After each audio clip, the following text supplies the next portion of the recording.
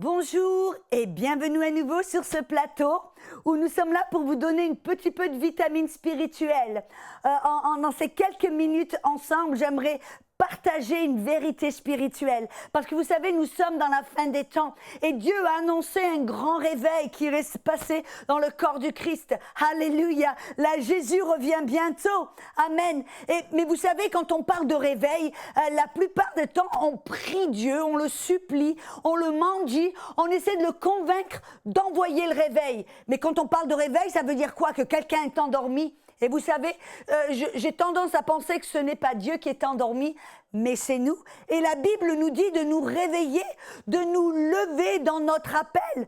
Alléluia. Écoutez, dans Romains 13, verset 11, il dit « Cela n'importe d'autant que vous savez en quel temps nous sommes, car c'est l'heure de vous réveiller enfin du sommeil. » Ésaïe 60, verset 1, nous commande de nous lever, alléluia, de resplendir, car la gloire du Seigneur a été versée sur nous. Nous avons reçu le Saint-Esprit, alléluia, et c'est à nous de nous lever. Alléluia. Et vous savez, on voit qu'au début, quand l'Esprit a été versé sur le jour de la Pentecôte, vous savez, la première chose que les disciples ont fait, Pierre a ouvert la bouche, il a déclaré la bonne nouvelle, l'évangile, il a imposé les mains sur les malades. Et vous savez, cet appel dans lequel nous devons nous lever, ça n'appartient pas seulement aux apôtres, aux évangélistes, aux pasteurs, aux prophètes. Non, non, c'est l'appel, votre appel. Mon appel, c'est l'appel du disciple. C'est ce que Marc 16, versets 15 à 20 nous dit, d'aller dans le monde, de prêcher la bonne nouvelle. Voyez, vous pouvez être dans votre salon avec votre voisine, avec une tasse de thé ou de café, et vous pouvez partager votre témoignage ou vous pouvez lui dire une bonne nouvelle et vous êtes en train de prêcher la bonne nouvelle. Alléluia. On est appelé à imposer les mains sur les malades. On est appelé à chasser les démons. On est appelé à marcher avec autorité. On est appelé à imposer les mains pour que les gens soient remplis du Saint-Esprit. Ça fait partie de notre appel. Alléluia. Mais vous savez, tout comme au début, au premier réveil, le diable ne veut pas que l'Église se relève. Le diable ne veut pas que vous vous releviez dans cet appel de disciples. Alors qu'est-ce qu'il va essayer de faire? Il va essayer de faire la même chose qu'il a fait avec les disciples dès le premier réveil.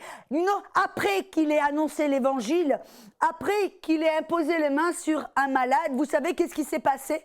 Ils ont été appelés par les pharisiens dans le temple et ils ont été accusés, persécutés, et on leur a interdit de parler au nom de Jésus. On leur a interdit d'ouvrir la bouche et de dire quoi que ce soit dans le nom de Jésus et surtout pas d'imposer les mains sur les malades dans le nom de Jésus. Et vous savez que c'est la même chose aujourd'hui.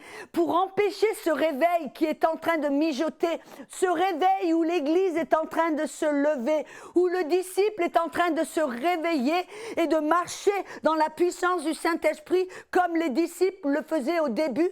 Et le diable va essayer de vous fermer le clapet.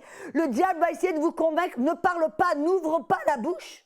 Vous avez remarqué que dans ces temps-ci, il y a un esprit d'antichrist, ou je dirais, un esprit d'intimidation, où on doit être politiquement correct. Surtout ne dis rien de peur d'offenser quelqu'un.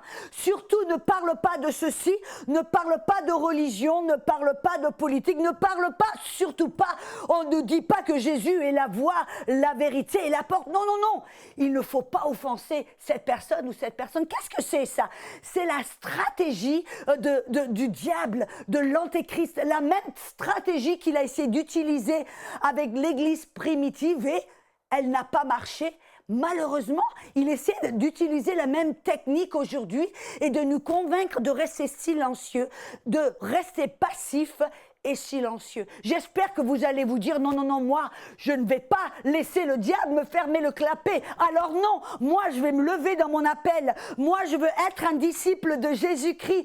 Moi, je veux imposer les mains sur les malades et chasser les démons. Moi, je veux annoncer la bonne nouvelle, que ce soit au supermarché ou que ce soit dans la rue ou que ce soit simplement, alléluia, avec ma famille, mes voisins ou simplement avec une tasse de café avec une voisine, je vais annoncer une bonne nouvelle, que Jésus est mort pour tous nos péchés, que Jésus nous aime, le Père veut nous accepter comme fils et il a payé pour tous nos péchés. C'est une bonne nouvelle.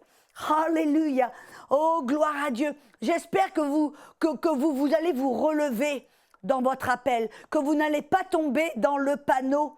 Et vous savez, si vous vous dites peut-être, oh, mais moi je ne suis pas ce genre de personne à parler, à ouvrir ma bouche. Moi je ne suis pas ce genre de personne avec courage et hardiesse. Alors vous savez, les disciples, qu'est-ce qu'ils ont fait au début? Qu'est-ce qu'ils ont fait? Ils ont prié, ils ont demandé à Dieu de leur donner du courage. Ils ont demandé au Père de les remplir de cette hardiesse et de cette assurance. Écoutez leurs prières. Alléluia. Dans Éphésiens 6, verset 19 à verset 20, c'est l'apôtre Paul aussi qui parle et qui dit « Priant par toutes sortes de prières et de supplications, en tout temps, par tous les saints et pour moi, afin qu'il me soit donné de parler à bouche ouverte pour faire connaître avec hardiesse le mystère de l'Évangile pour lequel je suis un ambassadeur. » Vous êtes aussi un ambassadeur. Amen. Un ministère, vous avez le ministère de réconciliation. Vous êtes un ambassadeur en Jésus-Christ. Et Paul dit, je suis un ambassadeur lié, afin que j'use de hardiesse en lui, comme je dois parler. Voyez, Paul a été persécuté, mais il a refusé que le diable, que la persécution, que la critique, que l'emprisonnement, que toutes sortes de choses lui ferment le clapet. Il l'a refusé. Et vous savez que Paul a changé le monde, n'est-ce pas? Et alors, j'espère que vous allez prendre le flambeau, que vous allez prendre le bâton de la course et dire, moi aussi, je veux être comme Paul, comme Pierre. Je refuse qu'on me ferme le clapet. Je vais partager la bonne nouvelle là où je suis. Je vais recevoir ce courage, cette hardiesse. Seigneur, remplis-moi de courage, remplis-moi de hardiesse. Et maintenant que vous avez reçu, c'est à vous de jouer. C'est à vous d'aller et d'ouvrir votre bouche et de déclarer la bonne nouvelle parce que vous êtes appelés, vous êtes oints, vous êtes élevés à la droite du Père et vous avez toute autorité, tout le droit d'être un ambassadeur, un ministère de la réconciliation. Pour aller plus en profondeur, vous pouvez lire et télécharger la version complète de cette pensée du jour sur le site enseigne-moi.com.